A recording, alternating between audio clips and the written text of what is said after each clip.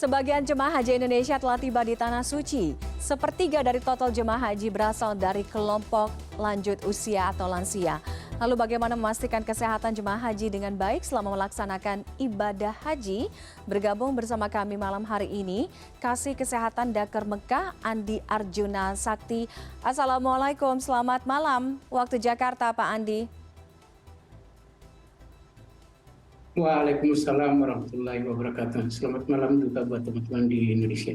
Terima kasih Pak Andi sudah bergabung dengan CNN Indonesia Connected malam hari ini.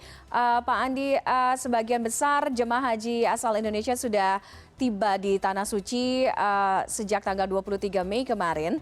Bagaimana update kesehatan jemaah haji yang sudah tiba sejauh ini, Pak Andi? Ya, jemaah haji itu mulai berangkat tanggal 23 menuju ke Arab Saudi, kemudian ada kurang lebih 9 hari di Medina, dan mulai tadi malam ada 5 kloter yang sudah mulai bergerak dari Medina menuju ke Mekah. Ya, jadi kurang lebih ada 1.890 jemaah sudah bergeser dari Medina menuju ke Mekah sampai dengan tadi malam. Oke, bagaimana memastikan kesiapan terhadap pelayanan kesehatan bagi jemaah haji asal Indonesia, kemudian seperti pelayanan kesehatan yang diberikan, penempatan tenaga kesehatan di beberapa wilayah dan lain sebagainya, Pak Andi? Ya, untuk pelayanan kesehatan di daerah kerja Mekah, ada satu klinik kesehatan namanya Klinik Kesehatan Haji Indonesia atau KKHI Mekah. Di situ kita sudah mempersiapkan segala bentuk pelayanan, mulai dari ada pelayanan di rawat darurat, kemudian ada rawat inap, kemudian ada juga untuk perawatan HCU. Nah, tentunya pelayanan kesehatan yang ada di KKHI ini didukung oleh kurang lebih 30 dokter dan 55 perawat dan ditunjang oleh kurang lebih 100 tenaga pendukung kesehatan haji. Nah, kemudian untuk di sektor-sektor kita ada 11 sektor ya. Di situ ada beberapa tenaga dokter dan perawat. Dan di pelayanan di dalam sektor juga kita membuat ada suatu pelayanan yang dikatakan pelayanan satelit. Tujuannya adalah memberikan pendekatan pelayanan kepada jemaah haji. Oke, apakah ada pelayanan kesehatan intensif atau berkala untuk mengecek kondisi kesehatan setiap hari dari jemaah haji asal Indonesia ini, Pak Andi, atau seperti apa mekanismenya? Ya, jadi salah satu strategi kita dalam memberikan pelayanan khususnya kepada jemaah lansia, kita akan senantiasa melakukan medical check-up. Ya, medical check-up Kami mohon maaf, nampaknya kami mengalami gangguan komunikasi dengan Kasih Kesehatan Dakar Mekah, Bapak Andi Arjuna Sakti, terkait bagaimana penanganan kesehatan jemaah haji asal Indonesia. Kita akan terus mencoba untuk kembali menghubungi kepada Bapak Andi. Namun kita ke informasi lain terlebih dahulu. Setelah menabung belasan tahun, seorang kusir delman di Banjarnegara, Jawa Tengah akhirnya bisa mewujudkan mimpinya menunaikan ibadah haji bersama sang istri. Meski dengan hasil kerja yang pas-pasan, ia bisa mengumpulkan uang sedikit demi sedikit untuk biaya haji.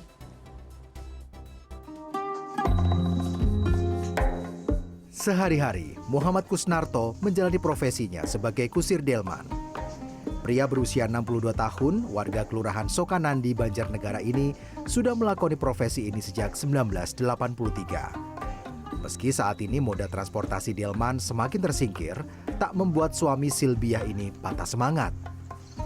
Sejak tahun 2010, Kusnarto menabung sebagian pendapatannya untuk menunaikan ibadah haji. Tahun 2023 ini, Kusnarto dan istri terdaftar sebagai calon haji. Haji ya tahun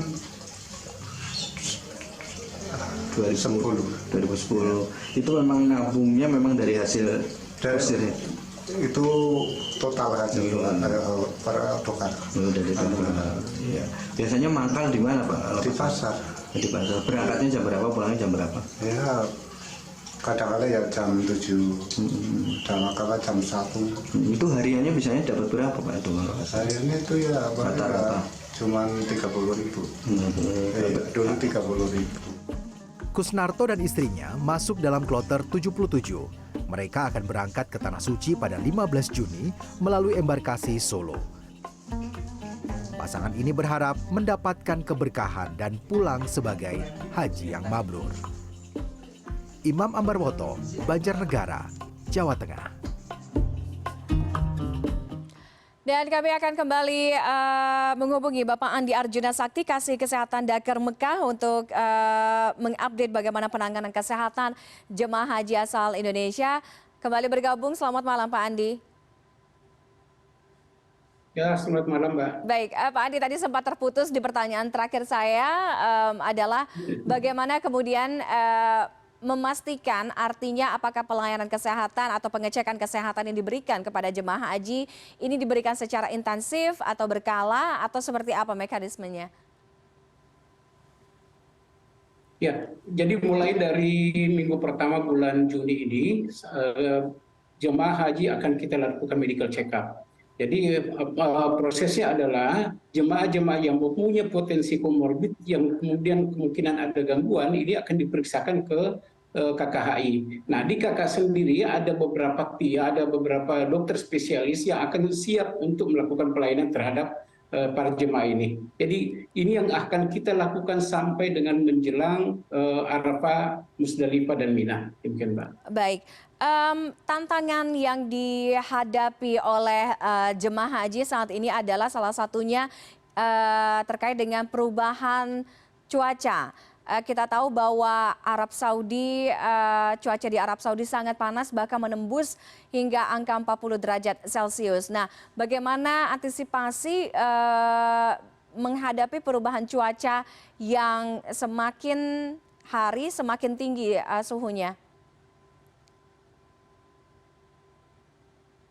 Ya, tentunya terkait dengan cuaca yang demikian mulai sampai dengan saat ini kurang lebih sampai dengan 40 derajat Celcius. Nah, tentunya edukasi yang bisa kita berikan kepada jemaah yaitu pertama mungkin melakukan pembatasan aktivitas fisik yang tidak perlu di luar hotel.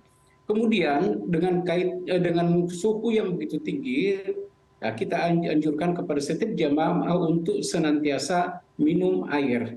Ya, jadi tidak menunggu haus, tapi paling tidak setiap jam minum paling tidak kurang lebih 200 ml. Kemudian apabila ingin beraktivitas di luar daripada pemondokan, diharapkan memakai alat pelindung diri, paling tidak ada masker, kemudian payung, kacamata dan sendal. Demikian, Mbak. Oke, baik. Apakah ada klasifikasi kondisi jemaah yang membutuhkan perhatian khusus, Pak Andi? Ya, tentunya ada beberapa yang jemaah-jemaah yang mempergunakan baik dari segi kondisi fisik yang punya komorbid, ini tentunya menjadi perhatian kita khususnya di KKHI. Nah, itulah yang kita sampaikan tadi bahwa bagi jemaah-jemaah yang punya komorbid agar senantiasa mengontrol dan minum obat secara teratur. Bila ada terasa gangguan, mungkin segera untuk melakukan pengecekan kembali di klinik kesehatan haji di Mekah.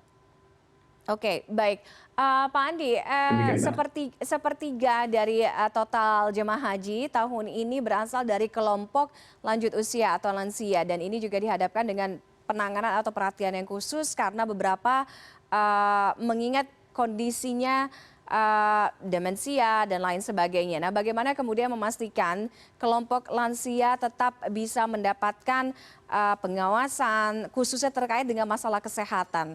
Dan apakah sejauh ini bagaimana penanganan terhadap para kelompok lansia ini, Pak Andi? Ya, kalau kita melihat untuk lansia, kurang lebih kita coba targetkan di setiap kloter ada kurang lebih sekitar 50 jemaah yang punya potensi risiko tinggi. Nah, ini dari 50 jemaah ini kita lakukan aktivitas pemeriksaan secara rutin. Ya, nah, ini yang kita lakukan yang penekanan dilakukan oleh tenaga kesehatan haji yang berada di kloter. Nah, dari pemeriksaan yang secara rutin ini, bila ada jemaah-jemaah yang punya potensi komorbid yang mungkin mengalami gangguan dan lain sebagainya, ini tentunya menjadi skala prioritas untuk kita lakukan pemeriksaan lebih lanjut di klinik kesehatan haji.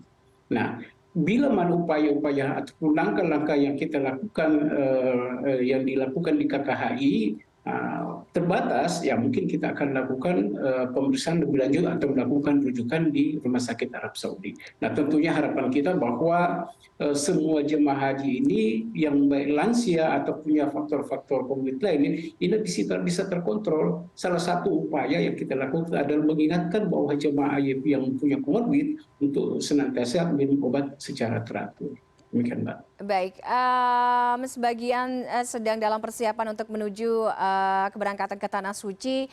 Apa yang harus diperhatikan jemaah haji untuk ibadah hajinya berjalan dengan aman dan juga lancar, Pak Andi?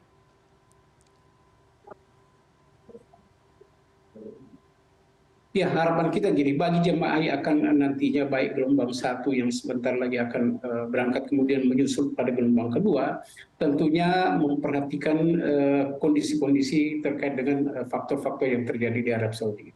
Tentunya memahami bahwa kondisi alam atau kondisi cuaca yang ada di Indonesia tentunya berbeda dengan kondisi yang ada di Arab Saudi. Nah, kalau kita lihat cuaca yang ada saat ini, itu sudah mencapai kurang lebih 40 derajat.